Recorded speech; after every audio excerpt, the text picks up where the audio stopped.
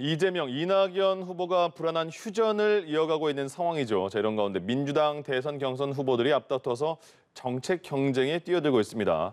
그리고 국민의힘에서는 본격적인 경선을 앞두고 계속해서 파열음이 나오고 있는 상황입니다. 두 분과 함께 정치권 이슈 살펴보겠습니다.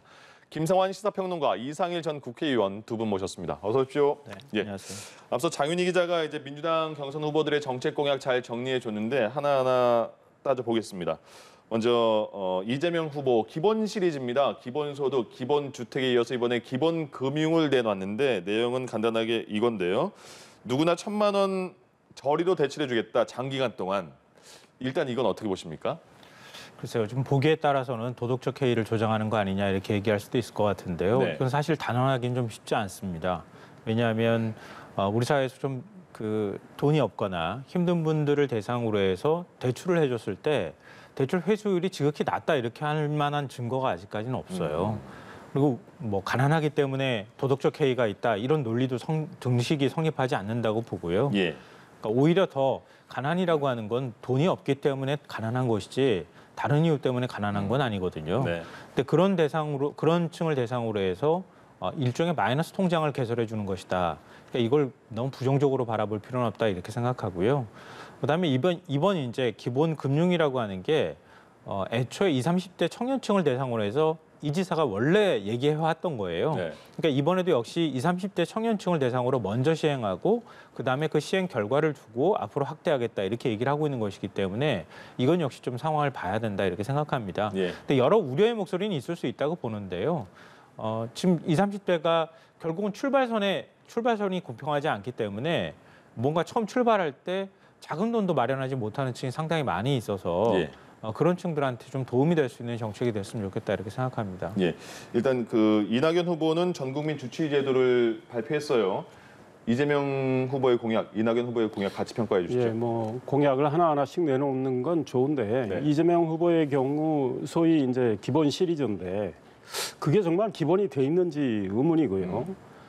일단 지속 가능성이 심각하게 또 문제가 됩니다. 그러니까 기본 주택, 기본 금융, 그다음에 기본 소득 이 재원을 어떻게 마련해서 이 기본 시리즈를 정말 집행할 수 있을까? 예. 그리고 현 세대에 집행을 했다고 쳐요. 이 다음 세대에 그걸 이어갈 수 있을까? 아마 국가부채 눈덩이처럼 불어날 텐데 그거 감당할 수 있겠습니까? 이미 기본 주택에 대해서도 너무 허황되다고 많은 지적을 받았습니다.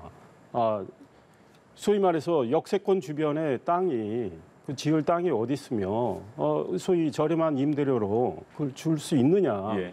그 재원을 어떻게 감당할 거냐? 이런 게 내놓지 않았고 기본 금융도 그렇습니다. 어려운 분들에게 그리고 은행에 쉽게 접근하지 못하는 분들에게 소위 금융 혜택을 주는 거나 아마 반대할 분이 별로 없을 것 같아요. 네. 그런데 정말 1,000만 원이 필요하지 않은 그런 분들에게까지 다 준다. 이런 거는 제가 보기엔 타당성이 좀 없어 보이고 예. 이낙연 후보의 전국민 주치의제도 그럴듯하긴 한데요. 예. 지금 지방에 특히 아주 농촌 지역에 사는 분들이 그 병원이 많이 있질 않아요. 의사도 많지 않고. 네. 그러면 거기 있는 그분들을 그 주치의가 감당할 수 있을까? 예. 그러니까 이 지역별로 지금 혜택을 받을 수 있고 없고 이런 것들에 대해서 깊은 연구는 아직 부족한 것 같아요. 그래서 그런 것들을 구체적으로 어떻게 해결할 건지 예. 이건 없어요. 일단은 표를 얻기 위한 일종의 공약을 던지는 것 같고 네. 저는 이런 생각을 해봅니다. 이 국민의 세금을 가지고 국민들에게 혜택을 주려고 하는 거 이거 말고 정말 일자리를 더 만들어서 청년들이 소위 말해서 1년에 기본소득, 기본금융 이것만 원하는 게 아니잖아요. 예. 청년들은 기본적으로 좋은 일자리를 원하는 거 아니겠습니까? 그런 일자리를 만드는 방안. 그러면 기업 활동을 재고를 하고 소위 이 노동 귀족들, 소위 민노총을 비롯한 굉장히 기득권 노조의 이 노동 개혁 뭐 이런 걸 같이 내놓고 예. 그다음에 앞으로 우리 공무원연금이나 국민연금의 이 문제에 대해서도 이렇게 내놔서 이걸 어떻게 개혁하고 해결해 나갈 건지 이런 것들을 좀 내놔야지 그냥 자꾸 돈을 이렇게 헬리콥터에서 돈 뿌리듯이 하는 거는 네. 나라에 앞으로 굉장히 재정에 큰 압박을 준다 이런 예. 생각입니다. 네, 좋은 지적 해주셨는데요. 네거티브 하는 것보다는 정책 음. 검증이나 정책 공약을 경쟁적으로 내놓는 게 차라리 낫다. 예. 이 말씀 먼저 드리고 싶고요. 그다음에 우리 학자금 융자 하잖아요. 학자금 융자를 대출이라고 말하지는 않습니다. 국가 부채라고 말하지는 않거든요. 예. 근데 학자금 융자 때문에 굉장히 많은 대학 졸업생들이 지금 큰 짐을 지고 사회 맞습니다. 출발선에 서 있는 것도 사실입니다. 네. 그러니까 왜 그러면 학자금을 융자받느냐? 결국 집에 돈이 부족하기 때문입니다. 근데 그런 부분에 대해서 학자금 융자까지 받는 젊은 층이 사회에 첫 출발을 했을 때 돈이 있을 수가 있겠습니까? 없단 말이에요. 예. 그러니까 그런 청년층을 대상으로 해서 이게 마이너스 통장 개설한다고 해서 그게 꼭 부채는 아니거든요. 필요한 사람들이 대출을 받을 수 있도록 해주는 거고요. 나중에 가서 그걸 다시 되갚는 형태가 되는 거거든요.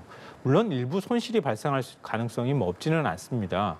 근데 그 손실이 발생하는 것은 앞으로 우리가 지금 예단하기 좀 어렵다고 생각하고요. 일부 발생한다 하더라도 그건 네. 일반적인 신용불량자의 부실 대출을 해주는 것, 그 율을 과연 넘어설 수 있을까? 그것에 대해서는 아직 좀 저는 이 시행을 해가면서 확인해 볼 필요가 있다고 생각하고요. 예. 또 하나 이제 전국민 주치의 제도는 이거는 이제 영국에서 시행하고 있는 것으로 알고 있거든요. 근데 영국 같은 경우는 1차 공공의료기관 의사들이 전부 공적인 역할들을 하도록 돼 있습니다. 네. 그러니까 국가로부터 월급을 받는 거예요. 쉽게 말씀드리면 그러니까 담당하고 있는 인구수에 따라서 결국은 의료비나 월급을 받는 형태로 돼 있기 때문에 공공의료가 오히려 더 확대되는 그런 영향으로 갈 수도 있거든요. 근데 이제 그 부분에 대한 얘기는 아직 없어요. 예. 그러니까 그 부분은 좀 빠졌다. 그 부분을 어떻게 강화해야 할 것인가 이런 부분하고 연동돼 있다는 말씀 드리고요. 그리고 우리가 지역 의대의 경우에는 지역 인재 선발하도록 점점 비율을 높여가고 있잖아요. 그러니까 지역에서 의사로 농촌 지역에서도 의사들이 좀 더 많이 있을 수 있도록 하고 그런 공적 의료 영역에서 의사들을 확대하는 방안들하고 같이 연결되면 더 좋겠다. 예.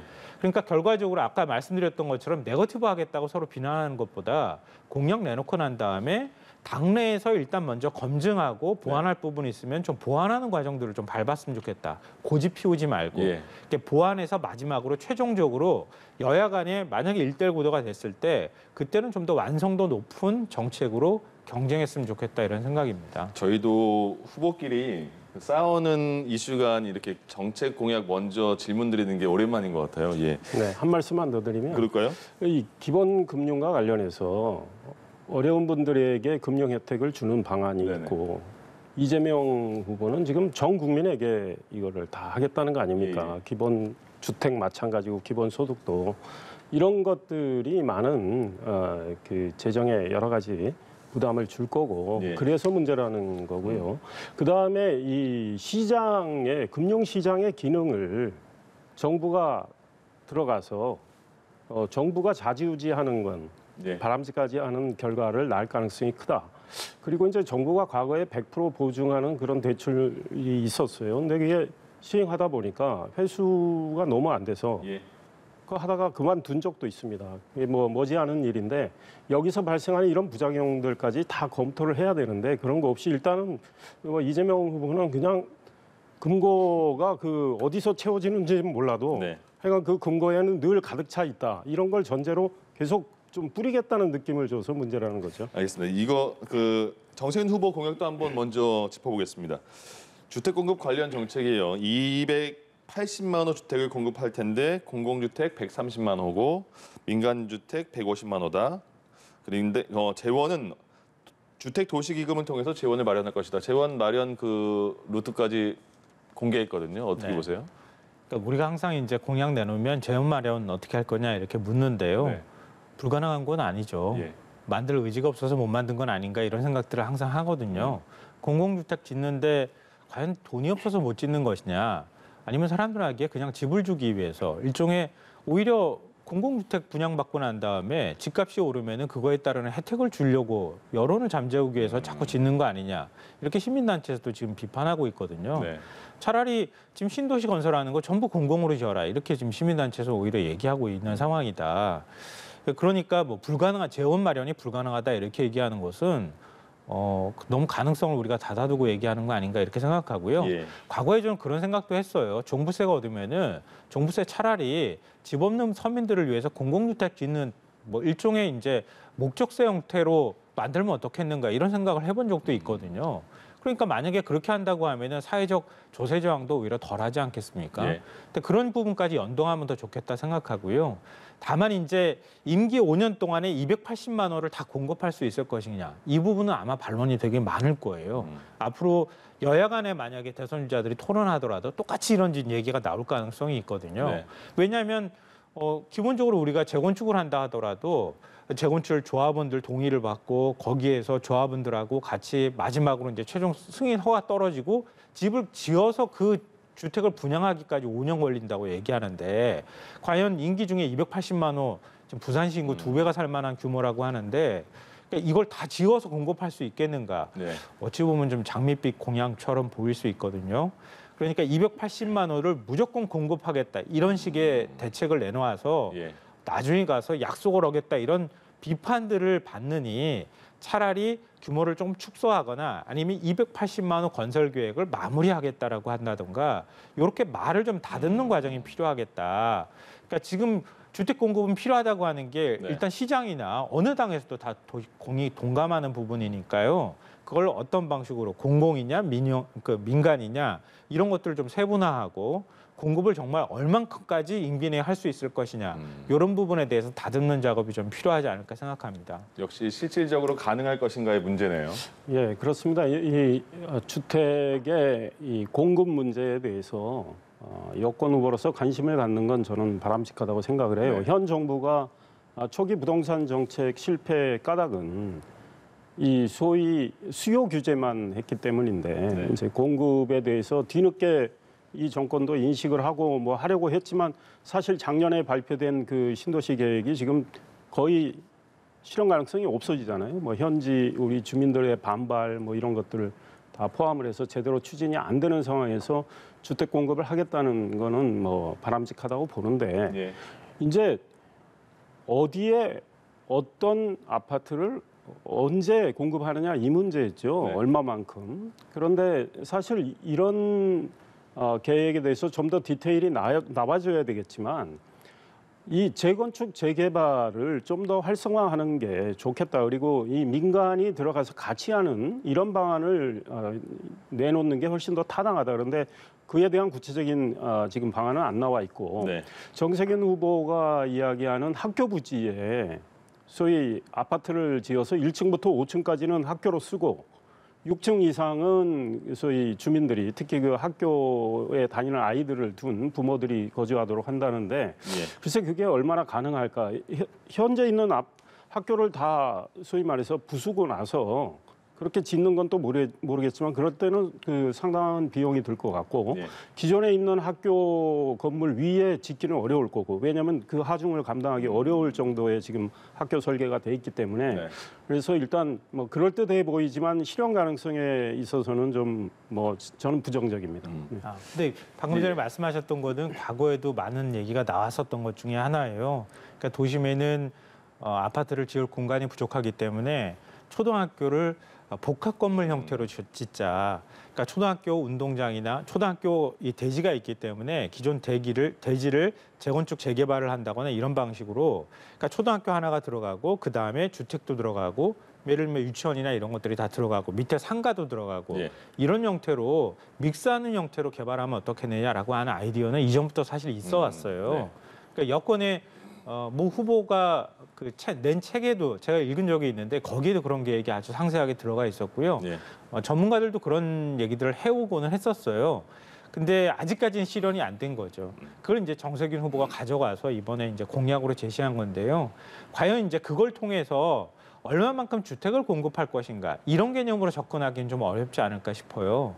물론 필요한 곳에 그 위에 주택을 지었을 때 어느 정도 주택을 공급할 수 있는 정도의 역할은 되겠지만 예. 충분히 공급을 해줄 수 있는 양은 안 될 거거든요.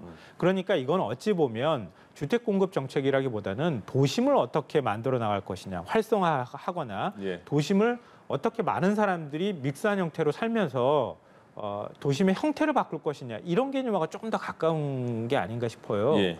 그러니까 공급 정책으로 이런 얘기들을 하는 것은 조금 맞지 않은 거는 분명한 사실인 것 같습니다. 알겠습니다. 하나만 일단 덧붙이자면 아마 네네. 그 학교 주변에 주민들이 반대할 가능성도 상당히 있어요. 예. 그러니까 그런 걸 어떻게 설득하느냐 그런 문제까지 나올 겁니다. 오늘 저녁에 민주당 후보들 TV 토론이 있습니다. 그때 이런 내용이 다 나올 것 같거든요. 한번 확인해 보시고 내일 저희와 함께 하시면 더 좋을 것 같습니다. 자, 국민의힘으로 넘어가죠.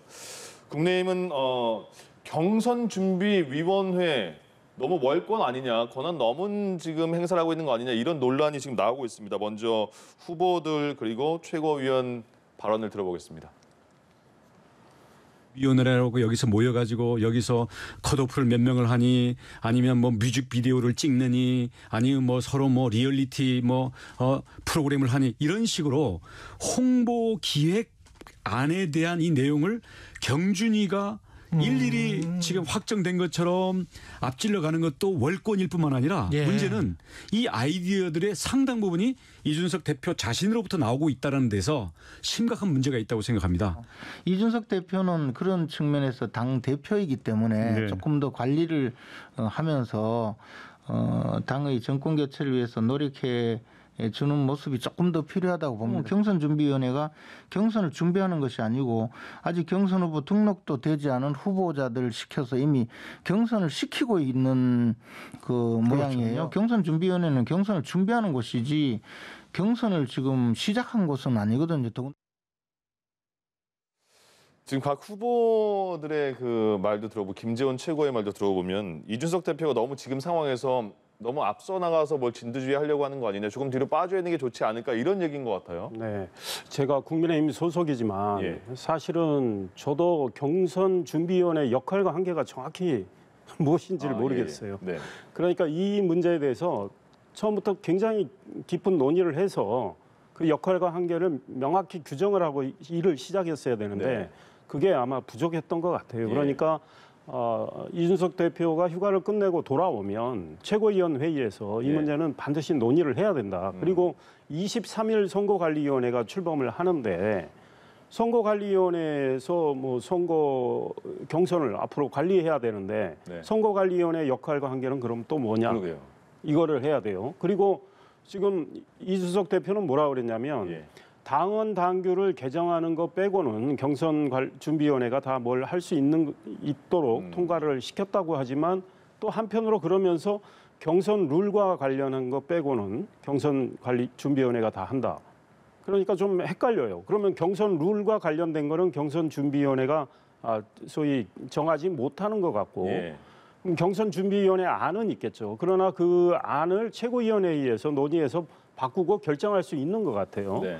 그러니까 일단 이런 자꾸 혼선이 노정이 돼서 정권 교체를 바라는 많은 분들, 국민의힘 지지층을 비롯한 많은 분들이 좀 왜 이렇게 헷갈리지? 예. 이렇게 자꾸 그걸 둘러싸고 서로 공방에 오가고 혼선을 일으키지? 이런 우려를 불식시켜주는 게 좋겠다. 그래서 다음 주에는 이 문제를 반드시 정리하고 넘어가야 되겠다. 이런 예. 생각이 듭니다. 그러니까 이준석 대표는 지금 휴가 기간인데도 원희룡 후보가 반박을 하니까 그러면 원희룡 지사가 심판을 할 거냐 이렇게까지 반박을 했어요. 그리고 또 하나 추가로 여쭤볼게요. 두 개 같이 말씀해 주시면 좋을 것 같은데 경선준비위원회가 18일 날 예비 후보 국민의힘 예비 후보 토론회를 한다고 했잖아요. 뭐 경제, 뭐 부동산 이런 것 같은데 윤석열 후보 측은 당에 내가 후보 신청도 안 했는데 내가 나가야 될지 말아야 될지 모르겠다는 뉘앙스로 언급을 했어요. 그러면 이것도 이준석 대표의 그런 약간 힘싸움으로 봐야 됩니까? 아니, 그러니까 윤석열 후보 측에서 예.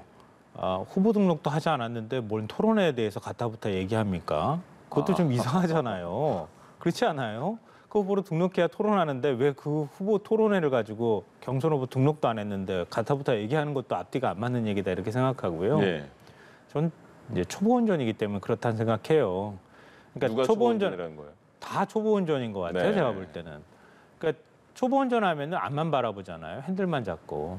근데 능숙한 운전자의 경우에는 옆에 있는 사람도 살피고 뭐 우리 주변에 있는 차도 살피고 귀로는 누가 경적을 울리는지 안 듣는지 듣고 뒤에 네. 있는 탄 사람이 불편해하는지 안 하는지도 살피고 그러잖아요.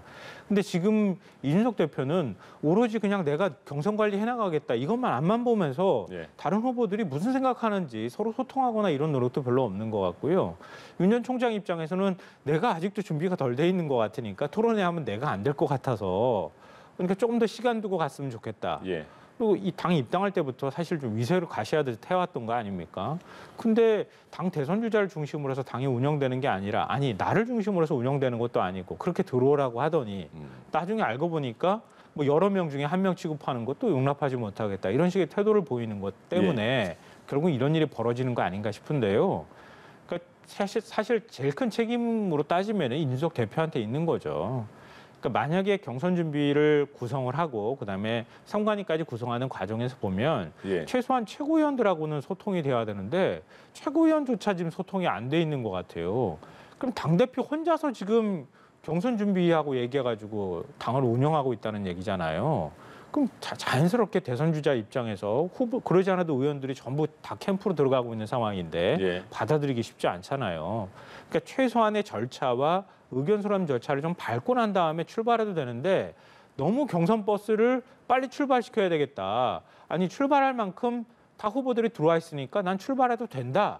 이런 약간 과잉의식 같은 게 좀 있는 거 아닌가 싶어요. 예. 이렇게 하다 보면 제가 보니까 벌써부터 지금 파열음이 나오는데 앞으로는 더 시끄러워질 거다. 이렇게 민주당의 네거티브는 저리 가라가 될 거다. 그러니까 이렇게 점점 더 시끄러워지면은 결국 후보들은 다 상처나고 예. 당은 당대로 흠집 나지 않겠습니까? 그러니까 이번 휴가 갔다 오면 뭐 개인 택시 면허 양도 양수 자격 딴다고 하는데요.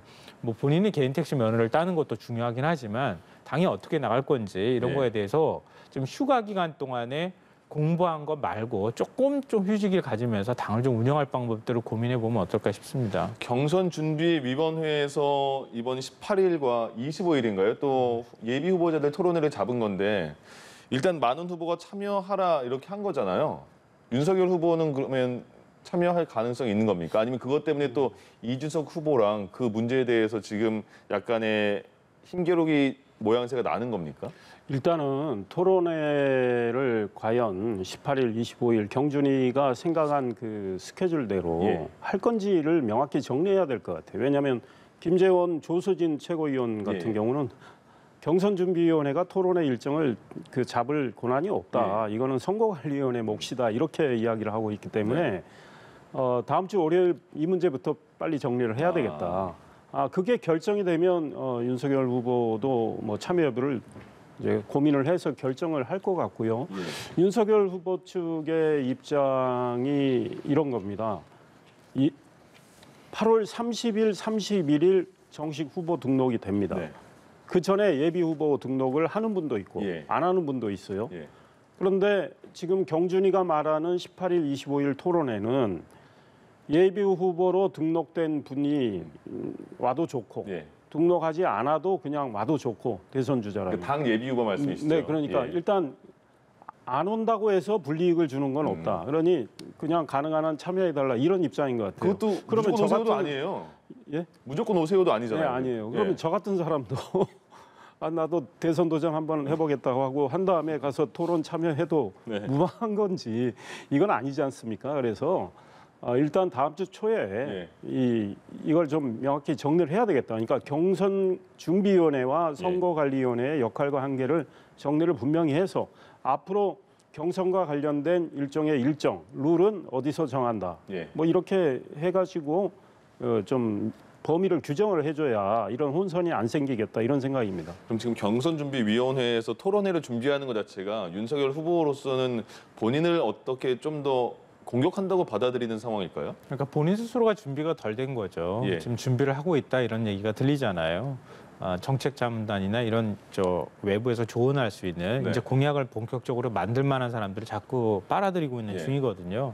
그러니까 영입하는 과정을 통해서 뭔가 다듬는 게 필요하다 이렇게 생각하고 있는 것 같아요. 예. 뭐 휴가 갔다 오고 난 다음에 이 며칠 사이에 지금 외부 활동들을 좀 자제하는 모습들을 보이고 있잖아요. 이것도 한숨 좀 쉬고 내부적으로 정비를 한 다음에 본인 스스로가 좀 준비한 다음에 나오는 게 좋겠다 이런 조언들을 아마 받아들였을 가능성이 좀 높아 보입니다. 근데 이준석 대표 입장에서는 민주당은 지금 대선 열기가 막 뜨거워지고 있는데 국민의힘은 좀 후보들이 오히려 외부에서 영입했다고 하는 지지율이 좀 많이 나오는 후보들이 좀 이딴 뭐 실언 때문에 지지율이 빠진다는 얘기도 나오고 그러니까 좀 맞대응 성격으로 토론이라도 열어가지고 좀 분위기를 같이 좀 맞춰줬으면 좋겠다 이런 바람이 있는 것 같아요. 근데 방금 전에도 지적하셨던 것처럼 일정상으로는 잘 안 맞는 거예요. 네. 그러니까 후보 등록을 먼저 받고 난 다음에 그럼 토론회를 하던가. 그러니까 이게 뒤죽박죽 섞여버리고 그리고 후보들한테 무조건 참여하시오 이렇게 해버리니까 후보들 입장에서는 이런저런 얘기들을 할 수밖에 없는 상황이거든요. 뭐 경선 준비위원회에서 룰 만드는 게 뭐 불가능하다는 것도 그것도 룰이 없는 거 아닙니까? 당내 의견을 수렴하는 게 일단 중요한 건데 예. 그게 절차가 빠졌다는 것 때문에 지금 시끄러운 거니까 그런 부분에 대한 내부 정비가 필요하지 않을까 생각합니다. 여기까지 현실적으로 듣겠습니다. 한 말씀만 더 드리면 예. 지금 국민의힘에 13명의 후보가 있어요. 예. 뭐 등록을 그분들이 다 할지 안 할지 모르지만 이 13명의 후보가 나와서 토론회를 한다면 진행 많이 하셨으니까 너무 많다. 그게 가능한지. 예. 그리고 윤석열 후보의 경우에는 뭐 부동산 문제에 대해서 공부를 그동안 쭉 해왔을 수도 있고 이미 이제 정책 전문가들 팀이 보강돼 있어서 네네. 본인의 입장은 언제든 충분히 이야기할 수 있을 겁니다. 예, 알겠습니다. 여기까지 듣겠습니다. 김성환 시사평론가 이상일 전 국회의원 두 분과 함께했습니다. 고맙습니다.